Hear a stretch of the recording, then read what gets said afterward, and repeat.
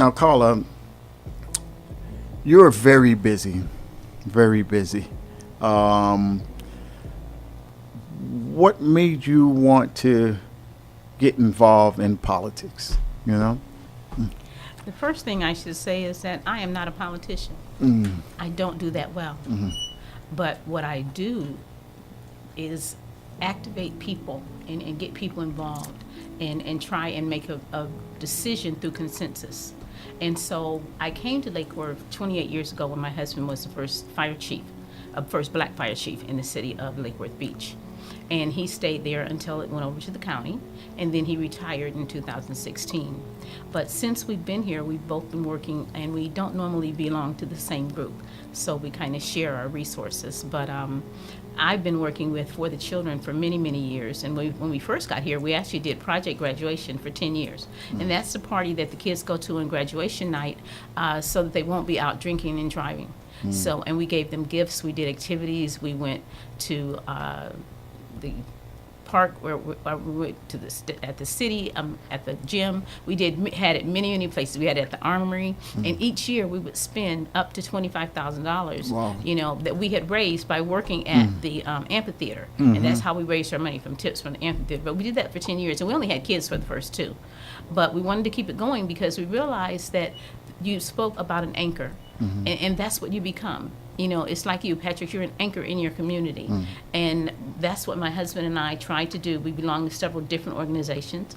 He's with the Kiwanis. I am with the Salvation Army. I'm the board chair of the CRA. And I know that many of you have heard a lot of things about the CRA in the last several years. And I've been on since 21, and I became the board chair in 23. And we made some monumental decisions, such as making sure that the Gulfstream Hotel was up and running. And we hope to have it up and running in the next year or 2. When our current project that we're talking about at the city is the Wiener Museum of Decorative Art. And I cannot share enough. And I want to give you some facts about WMODA. And that's what it's called, WMODA, and it's Wiener Museum of Decorative Arts. The public, that people want to always talk about, well, what is WMODA bringing to the city? Number one, and these are just some of the things we're going to do, but this is a $75 million project that is going to come to downtown Lake Worth. It is going to include a unit of 110 apartments at market rate. It also has a component of affordable housing. It is going to bring people to the museum. They're estimating tourists are going to come, over 50,000 tourists are going to come just to this museum.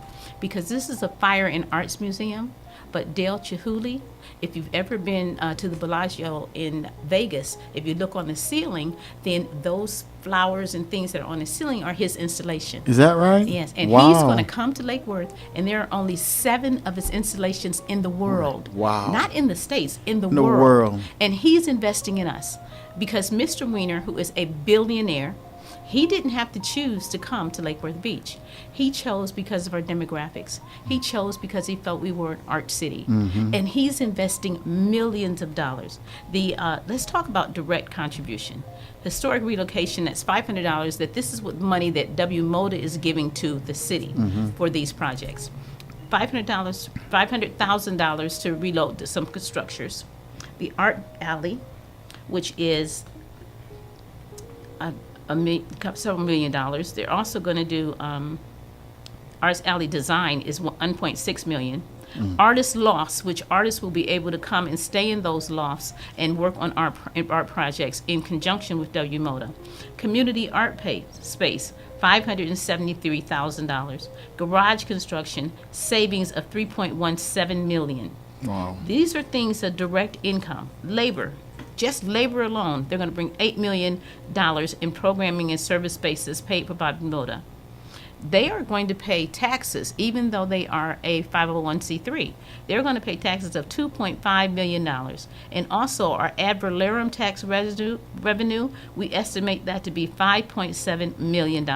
So I don't mean to cut you, but them paying taxes, that's just to boost Right. the cities, able to operate. Yes.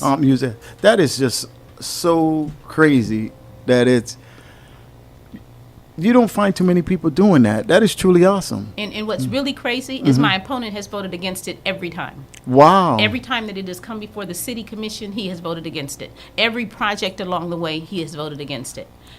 That is connected to WMOTA. And we cannot thrive in Lake Worth. Our millage rate is a 5. We have one of the highest millage rates in the county. We are tied with Pahokee and Belglade. Oh, wow. And that gives you an idea of how much of our tax dollars go to support the city. The city, yeah. Each year, a part of our electrical income that we get from the electrical Electric company, rates and yes. selling it goes into the city budget so we can maintain city services. If we had a project like WMOTA, then they would be paying taxes, and that would ease that tax burden. Yeah. The tax burden. The Gulfstream Hotel is now going to pay a bed tax. That bed tax will go directly into the city coffers to offset our city expenses. This is how other cities thrive.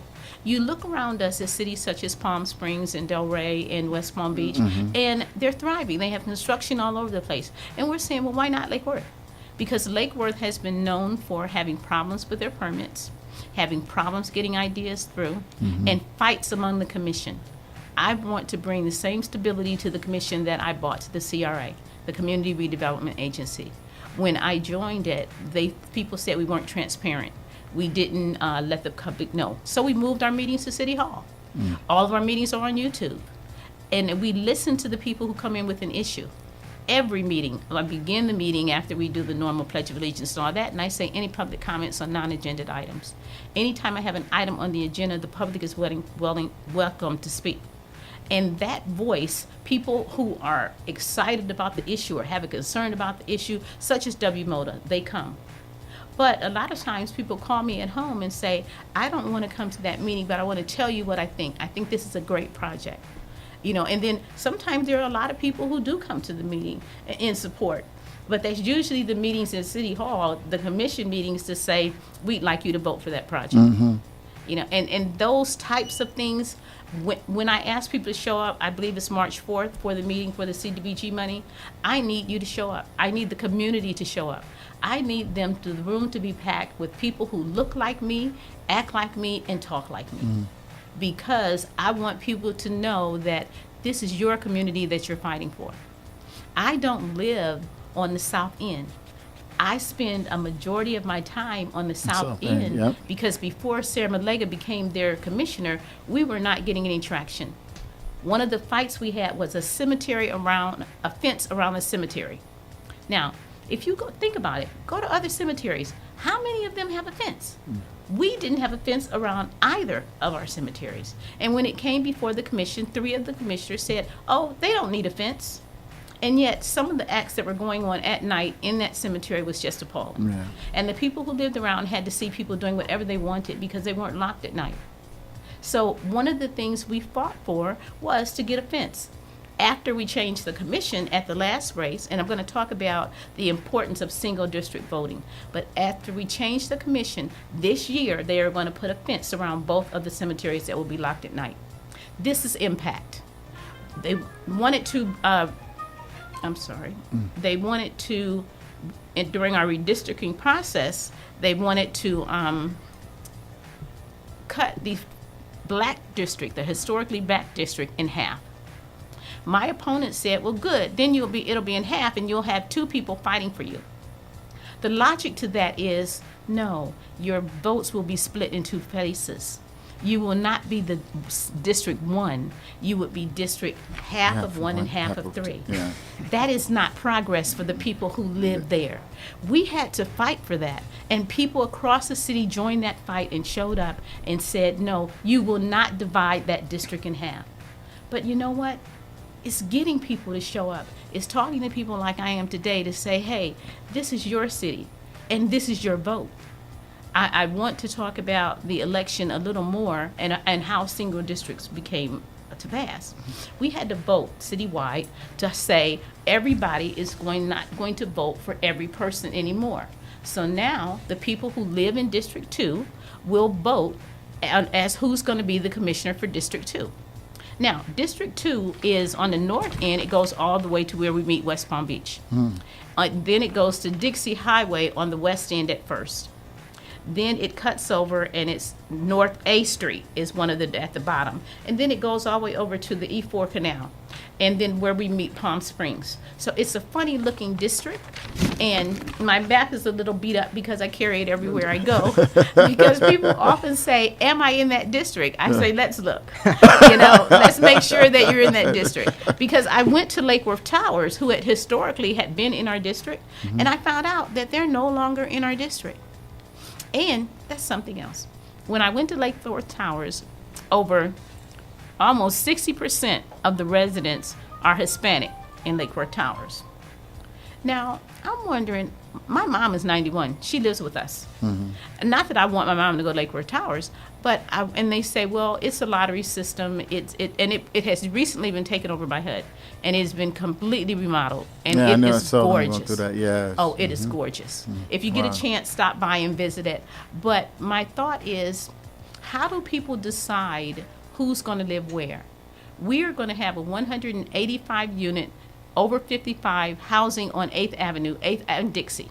That whole area, that pie Yes. slice, is going to be a development for 55 and older, and we'll have 185 units. Wow. I want to make sure we're at the table. I want to make sure that some people who may not have any other resources are invited to participate in this housing lottery. And to me, that's what being a commissioner is about, is taking care of the people, number one, who pay the taxes. A lot of times we have issues in Lake Worth, such as homelessness. And I am not against housing insecurity at all. I'm not. But when it infringes on the rights of other people, then we have to look at the issue. The state passed a law that homeless people can no longer sleep in public places. We did not pass that law. It wasn't a county law, but we have to deal with the outcome. And so now we give them an opportunity to go into a shelter if one is available. We tell them that they can no longer sleep in public places. But the solution to housing insecurity is not a Lake Worth solution. We have to meet with the county, Green Acre, Palm Springs, every other city around us, and form a task force as to say, because when I moved the homeless person from Lake Worth today, he just goes and spend a few days in Palm Springs. So let's get the services that they need and stop putting a Band-Aid on the problem. And there's been thought to say, we can arrest you. Arresting a person who's already homeless, who doesn't have any money, probably doesn't have any idea, is not a solution. But when we talk about it and people want to throw money at it, but they don't want to say, what do you need? How can I help you today? And that's what I do. With the Salvation Army, we went to the park and we gave out a kit. And it was like a first aid kit. It was personal items. It was all these things. But we went and talked to the people who lived there and said, what would you need? How do you feel? And a lot of them were homeless not because they were mentally ill. They're homeless because they were just like you and me one day and their circumstances got out of control. You never know a person's story until you meet with them. Absolutely. And if you listen to their story, you may find a way to help them. But if you don't ever listen to their story, then you won't know, and they'll just be those people. And many times, we're those people. Absolutely. And I have been in the room, and my husband and I were the only black people in the room. We went to an event, really swanky event, downtown West Palm Beach. We walked up, and the lady said, "Oh, are you two the entertainment?" And we thought, how do you answer that with poise? You just, and I said, "No, I'm sorry." And then my husband said, "No, I'm sorry, I'm Chief Blockson of the city of Lake Worth."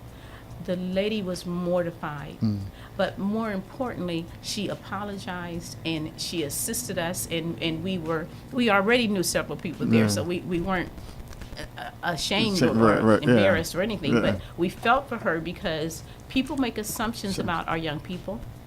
And I teach young people all the time to say, is this the impression you want to give to the world? Right.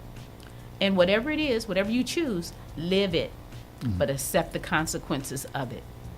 See, it's more important to know, because I tell them what you do in a split second can affect you for the rest of your life. And when I talk to teenagers and they go and they mix with the wrong crowd, and then we're trying to help them get out of a legal issue, trying to keep them out of detention. but you have to offer them a place to go. And that's why I'm so proud of For the Children. And I'm Yes. so proud of Patrick Arms of Hope, because you offer our youth a place to go, a place to grow. And we have to protect them to say, you may make more money dealing drugs, but you may end up with the rest of your life in prison. Make a choice. And that's what How life much is about, money are we choices. talking? I said, how much money are we talking? Depends. One of the things that I did with some kids at Lake Worth at For the Children, and I still do it, is when I have an event, and I do catering events around the city. It's not a job for me, and I only do it for certain people. But I have a core of kids that are my servers.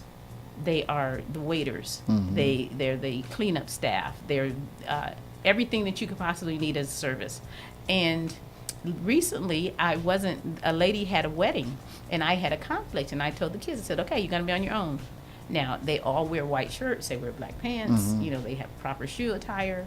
And the lady was so proud of them. She gave them a tip. And so I knew that what I've taught them, the importance of their demeanor, of professionalism, they can go anywhere. Exactly. And we recently did an event for a 92-year-old woman, and it was her birthday party. And the people were just so impressed with the kids because of their confidence, of their level of professionalism. And nobody had to ask them to go and pick up the plates as the people were finished eating. It's like this is their job. And I pay them for this service, and I pay them market wage, because I want them to know that when you do the right thing, somebody is going to be looking at you, but also pay you accordingly. Absolutely. And one day, I know that any of them can go and work in a restaurant. It may not be the ideal job, but it may be your first job. Yes. That's very important, because just the state of professionalism in general nowadays has plummeted from what it used to be. So You think it's because of technology, and we're always in front of a camera, so to speak, and we just do what we want to do, say what we want to say? It has a part of it, but I also think a lot of youth specifically don't really see the point in it. Okay. So they don't see how it will benefit them. And then if we're speaking specifically for like communities like Lakewood Beach, a lot of them don't feel like that's what's out there for them. Yeah. But you know what? I want to say this.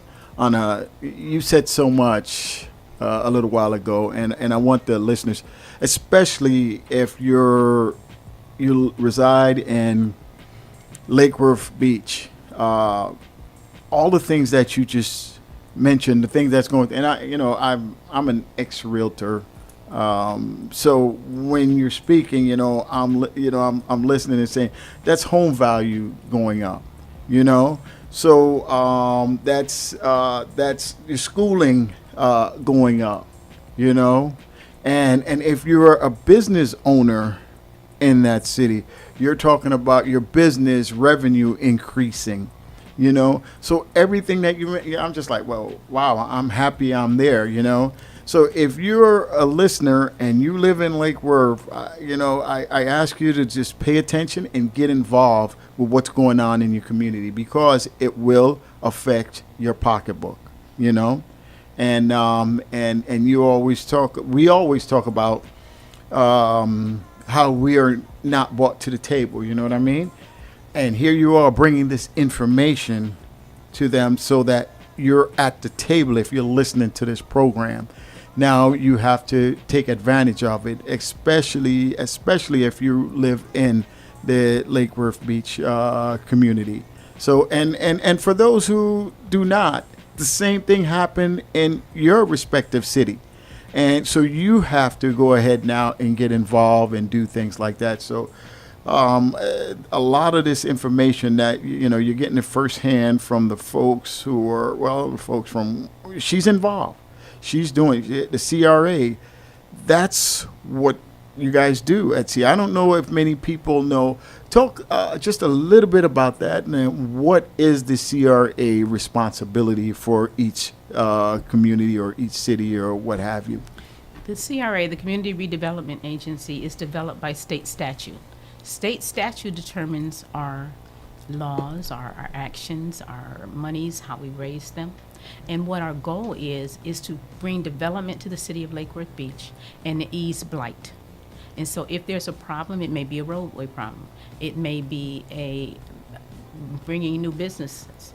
One of the things that we brought to Lake Worth is Circuit. Circuit is the little cars that you see. They're Yes. electric cars. You'll see them going around the city. Mm-hmm. And the original outlay was, for 1 year, was over $270,000 that the CRA put in, and the city of Lake Worth Beach put in $100,000. This year, we are trying to expand that base. We'd like to be able, people to be able to take it over to the beach. They can now take it to Bodegon. They can take it to Publix. One of the main places that they go is to Publix. And it's very cheap. I think it's $1. You know, so people need to take advantage of the Circuit if you are going to the downtown area. And you may decide, I'll go downtown and park someplace else and then take Circuit over to the beach. And I don't have to pay the high prices of going on the beach.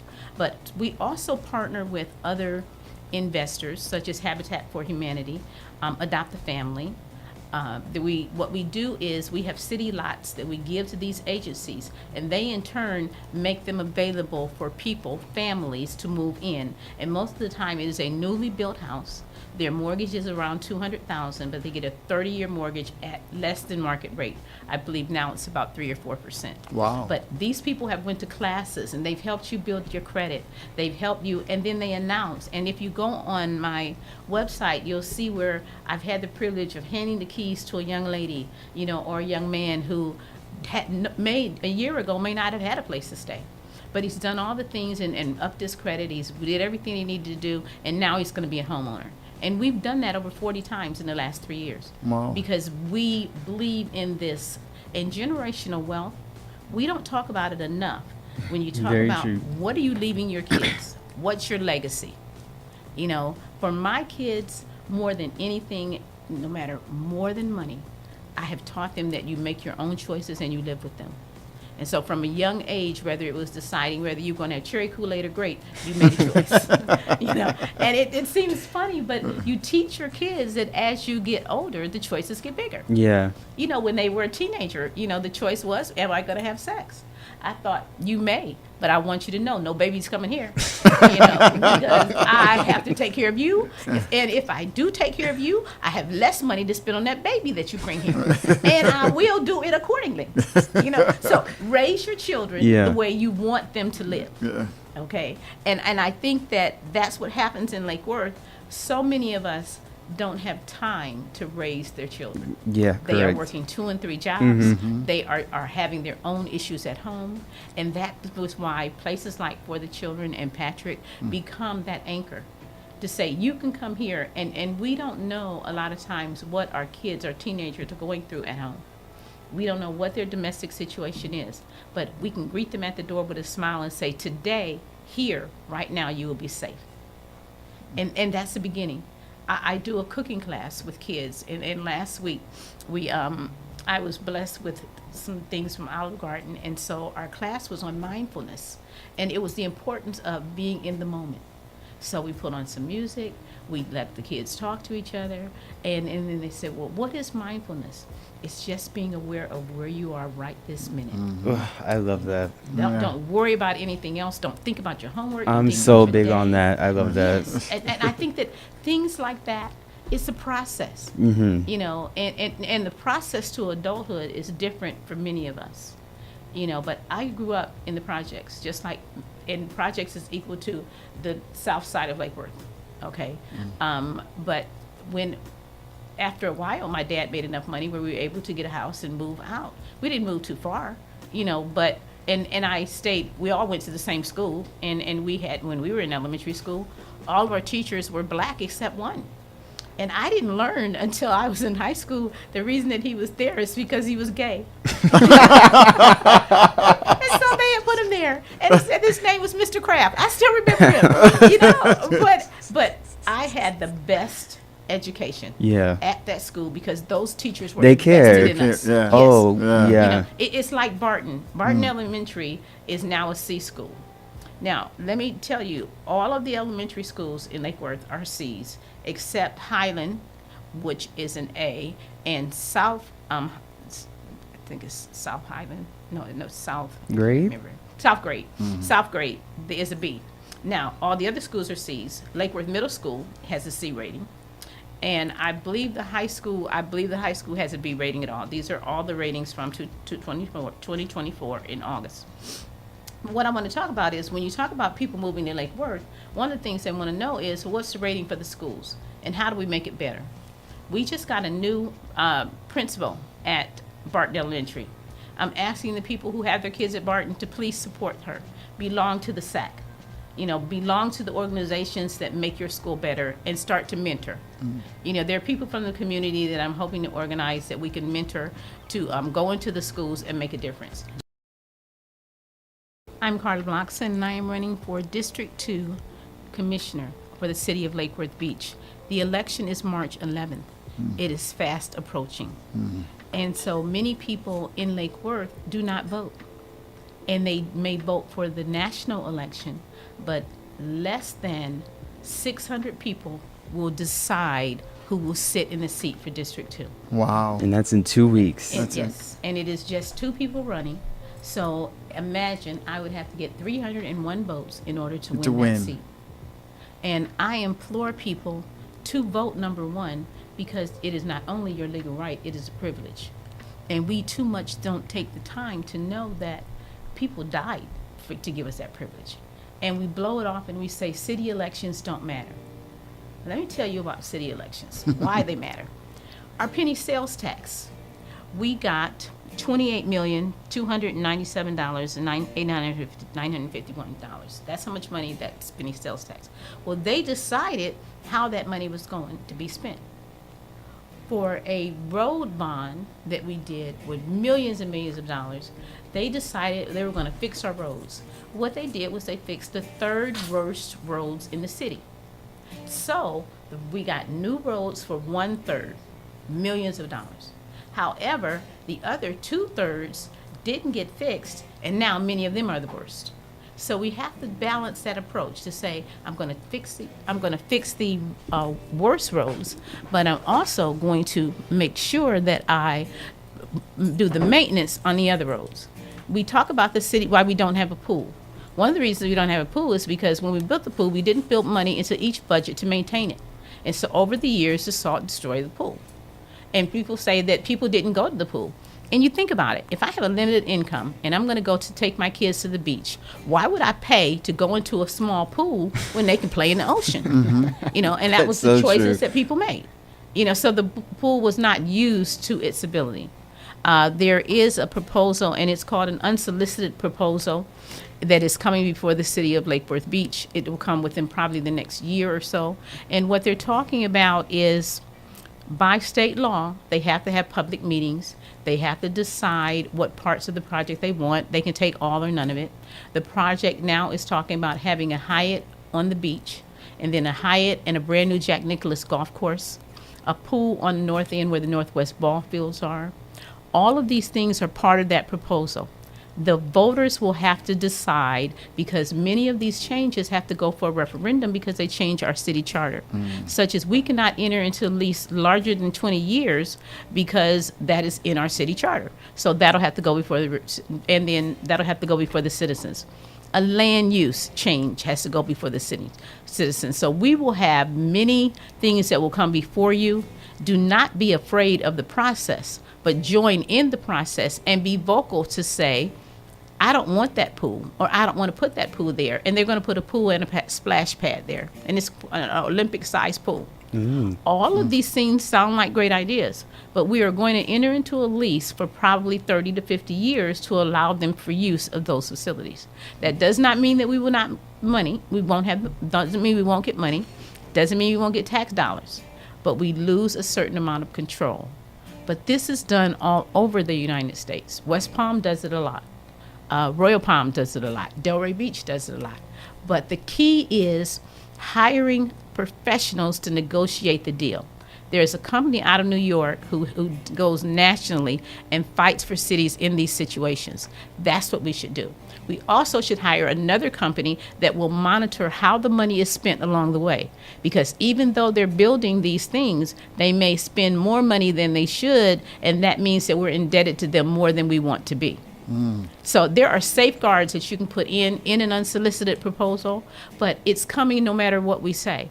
And so I want people to be prepared and understand that where you live, how you live, is determined a lot by how much money the city has. You know, people say we don't want to be like Delray. We could never be like Delray because we don't have enough space to have the things that Delray has. We have a finite amount of space where we can build, and we must be proactive and smart about it. That's why I advocate for WMOTA, because it is a project that we can do. We have the space, we have everything in process, and we've been working for over a year and meeting every month with them.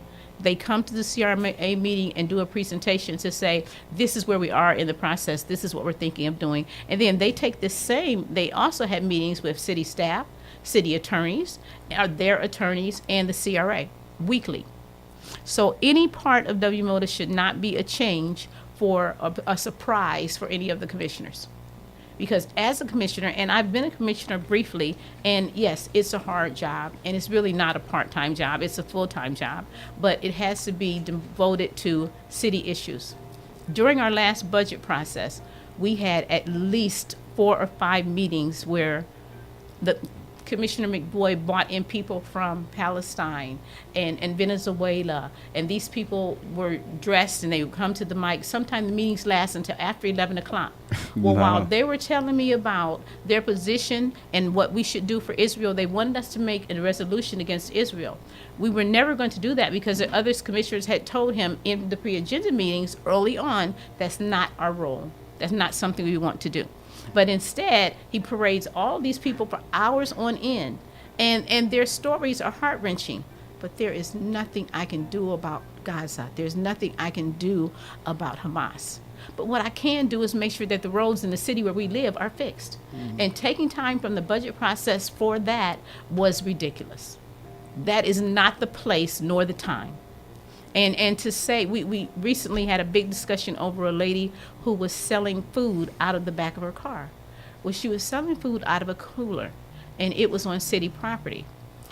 Our concern, and I did not have any part in that meeting, the people at the meeting and the commissioners pointed out that if someone gets sick from the food that she's sharing, then that is on city property, so the city would have a certain liability.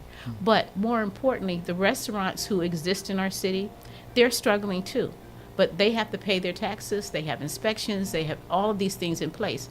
And Commissioner McBoy said that it was wrong for us to stop the lady from doing that because it is a cultural difference. Okay, in her culture, this is what's done. My thought to that is she has to become a part of our culture. I'm not saying take away her culture, but I'm saying teach her to establish her own business. Teach her to go into a co-op kitchen where she would be able to cook the food properly and it would be handled properly, and they would teach her a way to sell it. But that's part of being solution-based. It is. I look for the solution in the end. I don't spend a lot of time, and if you look at the CRA meetings on YouTube, you'll see that our meetings are concise, and the other week we were laughing. I think I did a meeting in less than an hour because I expect the people to come prepared, and they're called commissioners as well. And if I serve on the commission, I will be prepared each week because each it's the first and third Tuesdays. I would be prepared because you have time to ask staff. You have time to get all of the information, and it annoys me when I see people who are sitting there and have nothing in front of them, you know, and then they want to ask the same questions all the time, and they want to advocate for the same group all the time when I say that may not be the issue before us. But I've learned to be quiet and try and raise our issues in such a way that we reach a consensus. And I think that we do that and you can see that by the things that we brought to the city with the CRA. And that's what I'd like to bring to the commission. Let's talk a little bit about community support. when you run for an office, you go before different agencies, and they look and they vet you to see if you're going to get their endorsement. Well, my endorsements include the firefighters. Nice, congrats. Yeah, that's a big one. That's a big one. It includes the Realtors Board. It includes the Palm Beach Post, Nice. the Sun Sentinel. I went before all of these people and more and spoke to them just like I'm speaking to you.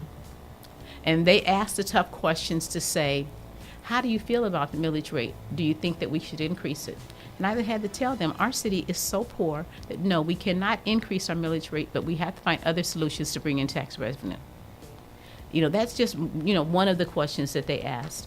They asked how I felt about our interim city manager. I really like Jamie Brown. Jamie Brown is the head of Public Works. He does an awesome job as head of Public Works. But to do that job and be the city manager for the city of Lake Worth Beach is just too much. I want to hire a full-time, seasoned city manager who can come before the city and come before the commission and state the facts as it affects the city and help the commission make an informed decision. If I had a roadway project, of course I'd ask Jamie. But I certainly am not going to ask Jamie to make a decision on how much money we should charge the city of Palm Beach to come on our beach. That became such a debacle that that we said we will be standing in front of the trucks on Lake Worth Beach. You know, if they decide to put trucks on Lake Worth Beach to distribute sand, not to Lake Worth Beach, but to distribute sand to South Palm. And they were going to cut through our city. But it took citizens, all citizens, to stand up and say, no, you will not destroy our beach. And they said, we'll give you sand back to fix it. No, no. They were going to drive under our pier. Our pier could not sustain 80 trucks full of sand going for hours on end. I mean, yeah. Our pier would not be standing probably at the end of all this. But before we could enter into a decision with them, we need to tell them. And they came to a city commission meeting, and they were very nice. And they said, well, you know, we own these a strip of 10 feet at high tide, and we can go on that anytime that we want. They actually did. And I said, you know, it's like David and Goliath. I said, you may feel that you have the way to win this, but I am Goliath, and I am going to be standing. I'm going to be David, and I'm going to be standing there, and I'm going to be raising Cain and let the world know that this is how Palm Beach treats its neighbors. Right now, they have sunset that project for a year. Oh, nice. But this is what citizen involvement means. This is what it takes to make an active decision in Lake Worth. It's not that you can't make decisions. It's that you consider the people that aren't at the table. And a lot of times, the people who aren't at the table as to what roads get paved, as to where the projects, I looked at the parks that we just renovated with the penny sales tax. It didn't include the Northwest ball fields. That is where I live, and that's where it's nothing but ball fields, and yet we have acres that we could do something else with. We have not put a dime there. We had a fight recently to put $600,000 worth of lights on the ball fields for the students. My opponent voted against putting lights on the ball field. And these are our high school students playing. And it's baseball. Whenever game it may lead into tonight. You know, but right now, a lot of that land is dormant. I'd like to see a soccer field. We complain about people playing soccer in inappropriate places, and yet we don't build a soccer field for them to play. We need a walking trail there. We need some type of building there where people could have something on the north end. You know, and yet I cannot wait to be on the commission, because one of the first things I want to do is for them to stop locking the gate at Sunset Ridge Park so the kids, there's a soccer field there. Right now, we have kids after school climbing over the fence and playing soccer on the grass. They lock the gate thinking it's going to keep them out, and now they tell the people who work for the city will call the police on the kids because the kids are trespassing. And they put a no trespassing sign. What happened to let the kids play until sunset, because it is a park that is open from sun up to sundown. Let them play, and when we have to pay to replace the grass, we will. The grass looks terrible anyway because they're climbing the fence and playing. Yeah. So somewhere along the line, there's a different solution. That's all I ask. Let's sit at the table and come up with a solution so that the people who live around there feel safe and the kids feel that they have a place to go after school. So I think it took me a while to answer your question, but I'm passionate about our city because my husband and I are retired. We could move. We have no desire to move because this is where our heart is. And I think that a lot of people who live in Lake Worth feel the same way. And so what I'm asking is the people who live in District 2 to exercise your right to vote. Do what you need to do, but do it with the idea that my opponent has sat in that seat for 12 years over time, 12 whole years. Wow. Go back and look at his record and say, what has he done? What initiatives has he brought to the city? What value has he brought to District 2? And that's what's important. When you ask me what do, I can tell you. You ask me what I've done, I can show you. And that's all I'm asking you to do for him. Say, what have you done? What projects have you initiated to make our district better? 10th Avenue North is our district. That is part of our district. It also goes over to where the middle schoolers go to high school, the middle school. Yes. They are going to put a diamond exchange, DOT, the same diamond exchange that you have down in Boca at Glades Road. They're going to do the same thing at 10th Avenue exit. That means that the kids will have to walk across the middle of the traffic on the diamond. Wow.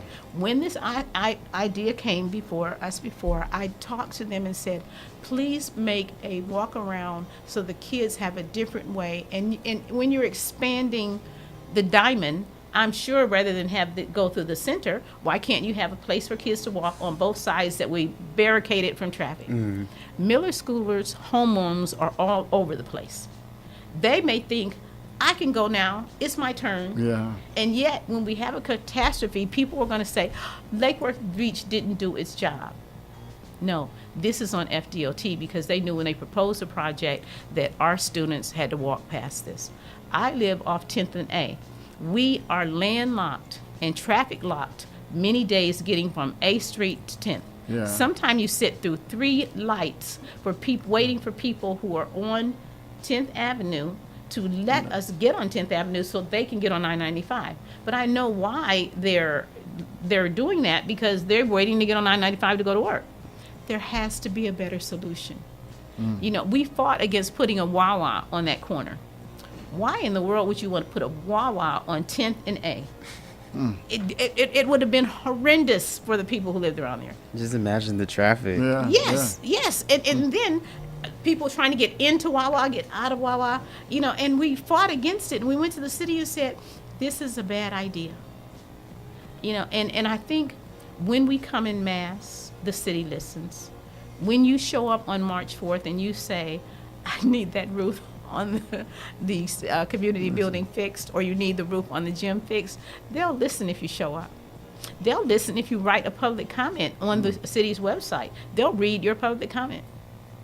So use your voice and use it wisely and use it actively. My question was my next question was kind of be like, so a lot of people in Lake Worth kind of already feel like the worst has already happened to them, so why should they care to show up to these things? Do you have anything else you could say to kind of motivate them, or I don't know, because not even a lot of people know that these things go on. So what's the solution for this? Many young people I'm not tech savvy. Young people can put the city's app on their phone and they'll know every week as to what goes on. You can register for the city's newsletter and it'll tell you what's happening. We recently had bonfires on the beach. They were beautiful. It was huge bonfire, and they did it like twice a month, and the last one was last Friday. But those are free. And then this year we have an excellent leisure service department. They have a new director, and she's just done a wonderful job. But what she did was she put a portion at the top of the beach for kids to play. And then she brought in vendors so they could have a night market. All of this is free. So when I went, I didn't see a lot of people that I knew But there were a lot of people there, and there were a lot of people who didn't live in Lake Worth. So my answer to you is, if you know what's happening in your space, include the city of Lake Worth Beach, because that's really your space. And you need to know and advocate for the things that you want. When we were advocating for the YEC building, we went because we needed them to understand that these are our teenagers. They need to be protected. So who better to fight for than the people that you know and love? And that's and where you live. You know, if something happens in the city of Lake Worth Beach, recently there was a shooting on the city of Lake Worth Beach. We got a lot of bad press. But what they didn't say was the shooting involved someone who had been drinking, and it was by a restaurant who were having their Christmas party, and they were all drinking, but this person who went was part of the staff who shot them. And yet all you heard was Lake Worth Beach is not safe. Well, I'm here to tell you that on December 17th, our captain came before us, the city, and said crime was down in every area of Lake Worth except one, and that was stabbing. Robbery was down, home invasions was down, murder was down. All of our stats were down, and yet instead of celebrating that, the press wanted to talk about that one shooting in Lake Worth Beach. Yeah, So negativity brings the views. it does. It does. And if you don't have something positive to say or fighting for something positive, that becomes the story. You know, and it's not that the perception becomes the reality, but it's not the reality of living in Lake Worth. I feel very safe there. You know, and I am pleased with the contract that we have with PBSO because we have better support. We now have helicopters. We now have SWAT. We now have more staff. All of these things come because of that contract. These are things that we did not have before when we were just Lake Worth Beach, or Lake Worth. And so these are the changes that are happening whether you're involved or not. And why wouldn't you care about who's collecting your garbage? One of the ways that the city make money is because we have our own garbage collection. If that is changed and it's privatized, that's going to take a lot of money away from the city. Those are things that you have to know that's going on. And they're out there. If you look and if you listen, they're out there. It's whether or not you choose to be involved. And you say, why should I care? I have no voice. You do have a voice. Because when we sit on that commission and you come before us, we're sitting there and we have to hear what you say. And sometimes the vote may not be what you want, but it is a vote through consensus. It means that you have convinced all of the members of the city to make a decision. We've been fighting about artificial turf for 10 years.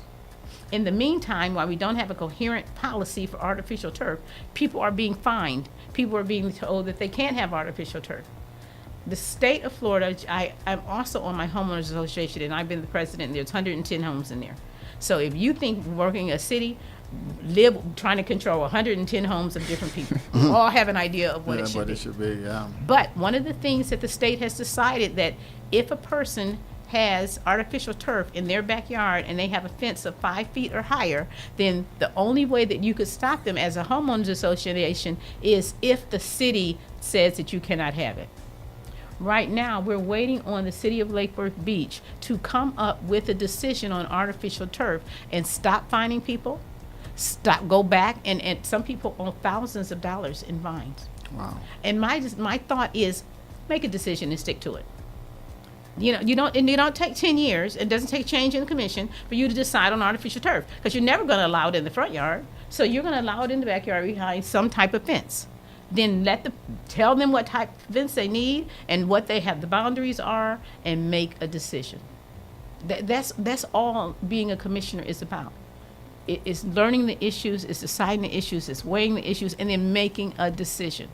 We have commissions where we'll say, if something goes to 11 o'clock, then the meeting stops. It used to be that our meetings would go to 11 o'clock all the time. When my husband was fire chief, sometimes meetings would go to 2 a.m. Wow. And so finally they made a rule and said, no meetings will be after 11 o'clock. And I like that rule, because those people have lives and most of them have jobs, and they're thinking, if I stay here till 11 o'clock, what type of decisions am I making at 11? Yeah. I've had a full day of work. I've had a full day of this commission. What type of decisions can I make at 11:30? What kind of decision can I make at 10:30? You know, so I try to bring change to the things that I involve myself in, but I'm also willing to do the work. And that's what makes a difference. I can sit before you and talk about all these issues because all these issues are things I'm involved in. You know, I belong to the women's group, the garden group. Those people are the people who allot money for the places downtown to fix the flowers, to fix the Blue Trail marker is where we fix that every year, and we have a ceremony on Memorial Day. You know, all of these things are people being involved, and we're looking for help. We're looking for young people. And I'm looking for young people to join the boards in the city of Lake Worth Beach. We have a recreation board that is defunct because they didn't have enough people on that board or have any meetings. Well, that meant there's nobody pushing having that Sunset Ridge fence open all day because that board is not there. It's not there. We can bring that board back. We have a tree board. You know, we have an then they're all called advisory boards, and for different things. They're historic preservations, they're the CRA, and all of these boards make decisions. If you live in a neighborhood, you probably have a neighborhood association. In our neighborhood, it is the Vernon Heights Neighborhood Association, but Tropical Ridge has an association. Whispering Palms has a neighborhood association that governs the South End. You, as a person who live there, should join those neighborhood associations because that becomes your voice. I know many of your listeners are probably wondering, who is that lady? What does she do? Why does she talk so much? Let me also You're really perfect for the radio. Yeah. I worked for the federal government for 30 years. I worked with the Social Security Administration. So I started out as a claims representative, and I ended up in management, but I processed claims of people who were either elderly or disabled. That was my specialty. And I saw the changes that people had to go through to get this federal check each month. And it's limited by income and resources. So I did that for 30 years, and that taught me to work within the law, but also be creative in finding solutions to people's problems. And so that taught me that I can take my solution-based attitude anywhere. And that's what I do to the CRA. That's what I do to any organization that I belong to. I say, okay, what solution, and how do we get there? But one thing I wanted to talk about is Healthier Lake Worth. Yes. Many people who live in Lake Worth Beach who have problems with code, please contact Healthier Lake Worth to see if they can assist you. If you have a neighborhood association, they could make a referral. Or you could contact Carmel or Patrick or Joe, those are the board members, and say, I have this code issue. They have done a phenomenal job in partnering with community people to get their homes fixed up, to get their fines lowered, and they're a nonprofit.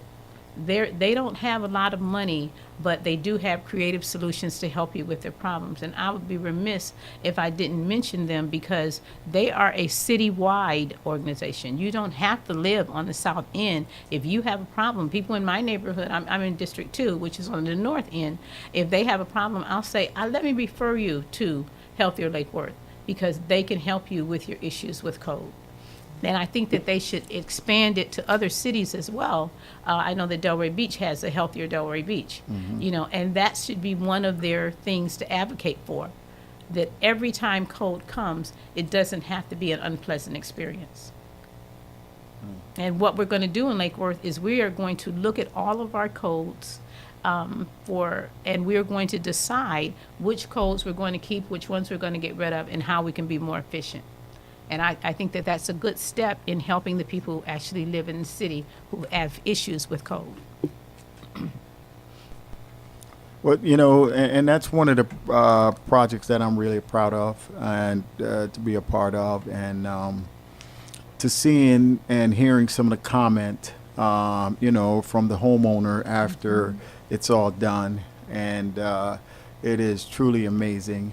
And we're actually taking on 2 this weekend with Journey Church. Well, potentially 2. One for sure this weekend, and we're going to be painting a home, on Douglas Street. And then, you know, there's another one, potential on B Street. We're still waiting for the numbers of volunteers to actually come in to say, hey, they're going to come and do that. So we're excited, and to see some of those folks, especially when you're talking about the fine issue that they were going through, you know, and to see them get from under that, and to hear their comment afterwards is truly something that leaves you, with some satisfactory going through, because you're saying, hey, you've just made a huge difference in this individual life. How do people volunteer to paint this weekend? But you can get with me. You can call 512-350-6414. Or I know we're getting a lot of volunteers through Journey Church. I work closely with them, and they're bringing the majority of folks there. And Carmel's actually going to be going out to she and I tomorrow to pick up some of the supplies and things that we need to actually get that house done. So we're excited. Again, if you want to be a part of it, you can contact us. You can go to our website, at Arms of Hope Community at armsofhopecommunity@gmail.com, or you can call me at 512-350-6414 and to get involved, and we can use all the help we can get. So please come on out and support. Thanks for asking that question. I think that's one of the things, when you think about all the big things in the world, we have to decide what little things we can change. Just change, yeah. I change one kid at a time. Absolutely. You change one house at a time. Yeah.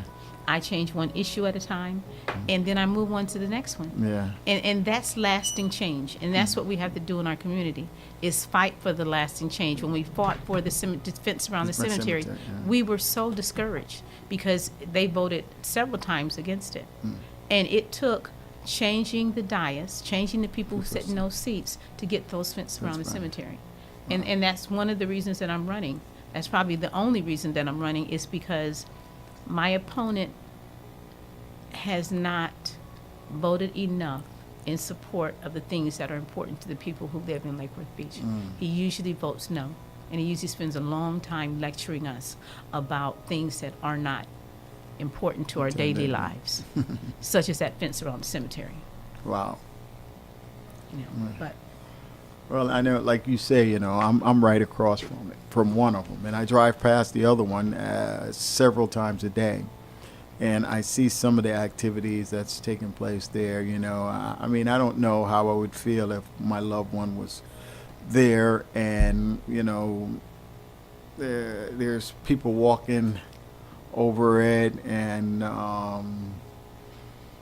the dogs running over it, and I don't know. I do know how I would feel. I wouldn't like that, and that's what I see, So I totally get it, and the fence there would also beautify the community, Yes. Yes. It'll make the community look really nice. So I'm all for that, So thank you for that. I think that we have to decide what type of future we want for our city. And the Wiener Museum of Decorative Art is different. It's huge. It's a big project. That's a huge project. But it's going to answer a lot of questions and a lot of needs of our city. And we have to be willing to take a chance on something. We have built the safeguards into the contracts with them. They will own the museum. We will own the parking garage. They will have people paying taxes, because they live in our city, so we'll get more money from the county. There is so many, and they'll have affordable housing. They'll have artist loss. They will have classes for people. For the people who live, like senior citizens and students. They'll bring them in to teach them classes and have classes. This is something that they already do. This is not new to that agency. They have a place down in southern, I think it's in Hollywood, but I've been there twice, and it's just beautiful. But I want our kids to go to the Benzigen Center. I take kids to the Benzigen Center, and they've tried to fire different things or make different things that they can take home, and know that art is an important part of your life. It's not just that class you may or may not have in the public school system anymore. But we could be known as an artist mecca. We have McMile Art Glass. They are the 8th producer of art glass in the state or country. I can't remember. I think wrote it's the it down. country there. In the country. I think I heard someone say that just the other day, if I'm not mistaken. That's it. They are the #1 art glass studio in Florida, and I believe it's the 8th in the United States. Yeah. And yet we don't hear about No. things. We don't celebrate those things, and yet there are many things. We have the Playhouse. We have galleries and shops, but they're not thriving because we don't have enough people to go downtown. One reason we don't have a Trader Joe's in Lake Worth is because our annual general base income is $59,000. That's the average income for our city. So Trader Joe's doesn't want to come to a city that most of the people make less than $59,000. That's our average. So W Moda is going to bring jobs. It's going to bring income. We will be able to raise the bar for all citizens of Lake Worth. And we can build into the contract that they hire people who live in Lake Worth. Yeah. And then Trader Joe's is gonna come running. Maybe. But I know that they're going to probably have a Trader Joe's at Dixie Highway where the Winn-Dixie is. Yeah. All of that is being remodeled. Is that right? If you go and look on, I believe it's West Palm Beach website and put in Winn-Dixie remodel, it'll come up. But it's going to have residential. It's going that whole block where you see Winn-Dixie, the Dollar Tree, the students, all of that is going to be torn down, which is why they recently closed Wendy's.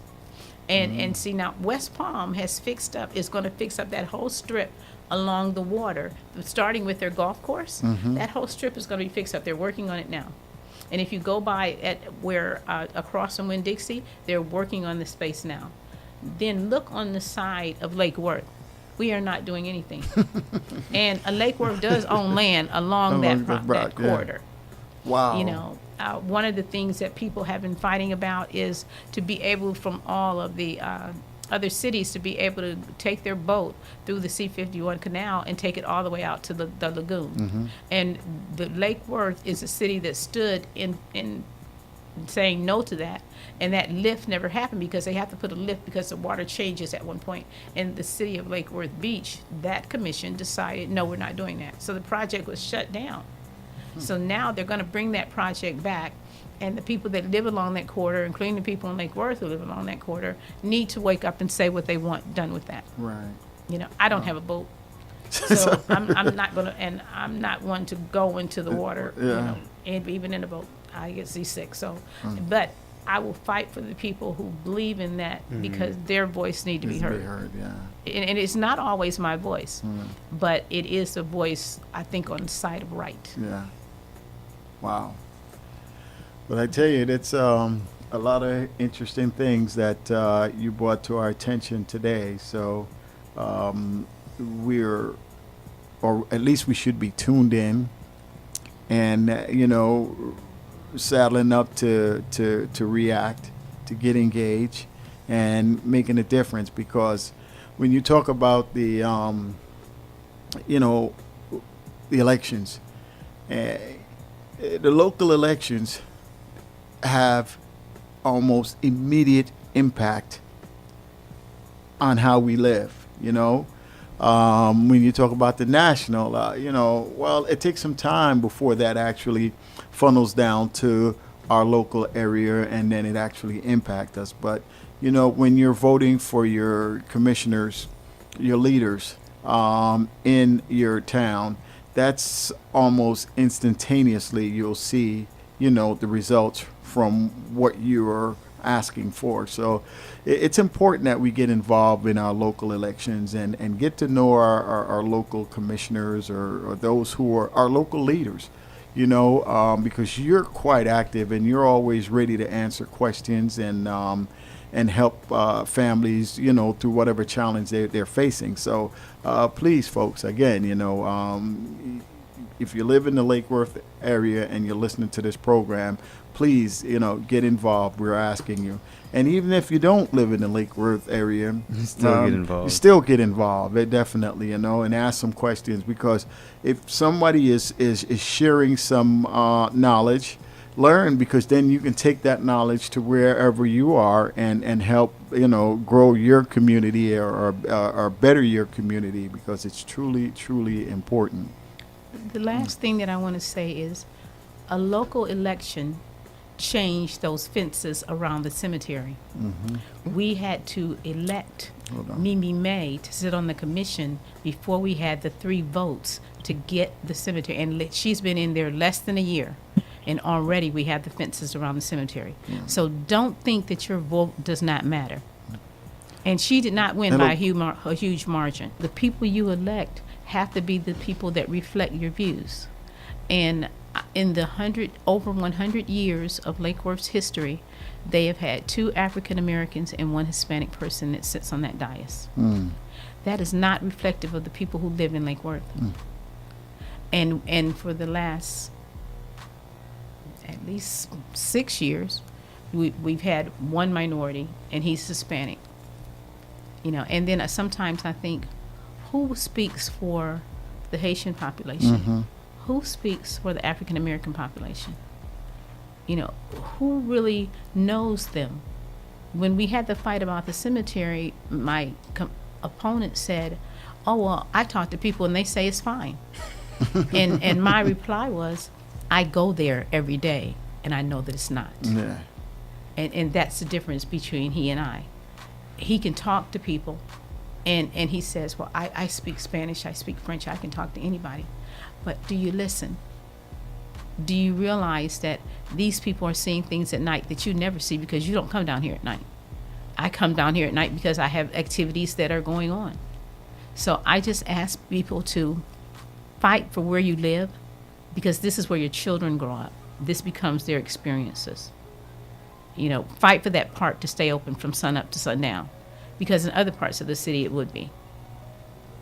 I want our district to be treated just like every other district in this city. We pay some of the highest taxes, and yet we get the least amount of return in District 2.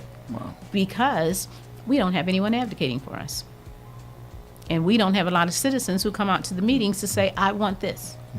So at least come out and vote. I'm asking for your vote. I need your vote. I cannot win this election without you. Hello, caller. You're on the air. Yes, hi, good afternoon. I missed one of my favorite show on Super Jam because I was in meetings all day long. Even though I don't live in Florida, the lady that is in studio with you, I didn't get her name. But that's Carla so Blockson. important. Local government elections are very, very important. And too many times we skip over that because we're only looking at the presidential election. And that's not so. It should not be so. So we really, really, really have to let these people know how important it is for the local government for us to go out and vote. That's it. Thanks. Well, you brought up an interesting point, because I don't know some of the things that you see actually on a national level now that's on the air, that's taking place on the local level, because they're just showing it all over, the news clippings, where local people are actually standing up now and getting engaged with their local commissioners or senators or whomever it may be. So too late. Yeah, I know, but you know what? You have to start the fight somewhere, because now we can't just sit back and just accept it, But you're totally correct. I mean, we should have responded accordingly when we had the chance to. But now, it's an uphill battle. Go ahead, caller. Yep. Okay. Yeah, it's definitely an uphill battle right now. So I hope this is a lesson learned for folks, so that they can take heed. So that election is going to be coming around again pretty soon. So they better get ready, put their walking shoe on, and get ready. Go learn about the people who you're voting for. So just don't go in there and say, "I'm voting for this person." No. You need to take the time out and find out what that person is doing. Go to their local offices to see what they're doing also before you vote. Thank you. Thank you so much. We appreciate you calling in today. And someone in the chat said local elections help to shape who ends up in national elections. So they all tie in together. Yeah. So, PJ, we've got 7 minutes left.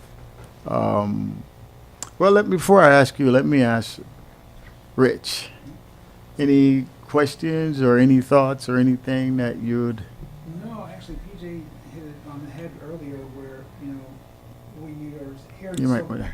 Sorry, yeah, PJ kind of grabbed my question earlier, but we hear so much about the stick and what's the carrot? How do you, coalesce a community around something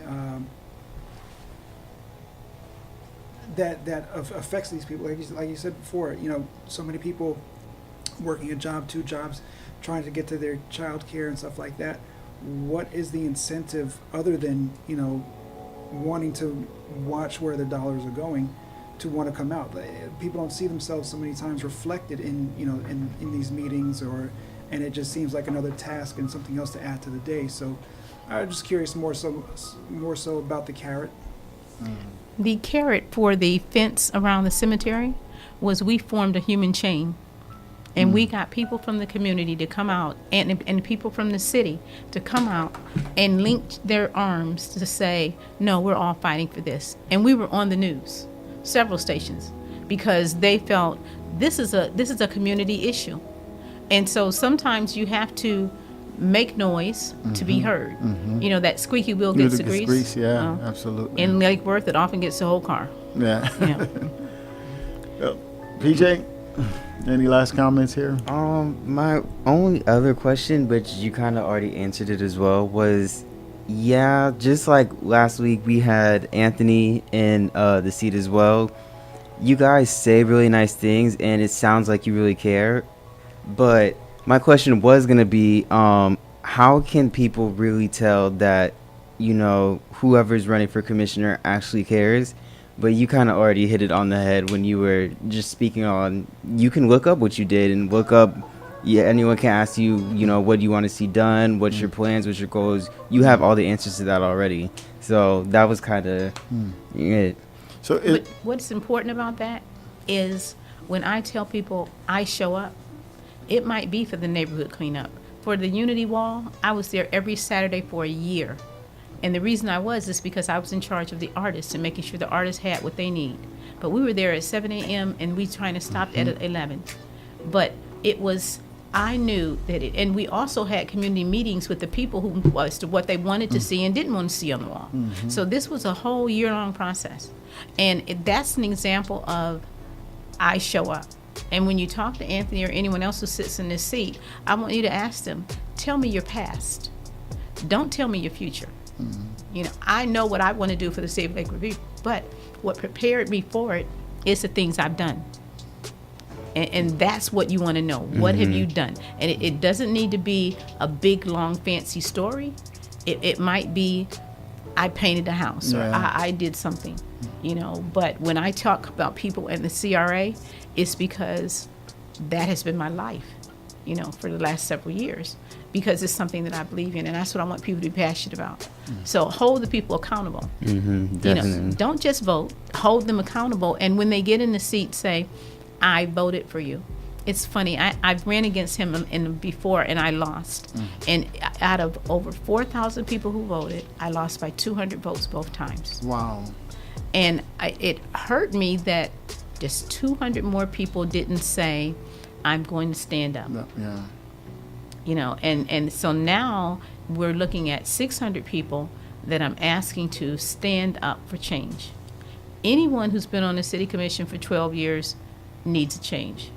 Not only does he need one, we need one. You know, because we just bring different ideas with different perceptions. Yeah. You know, and we have the same perceptions from nationally.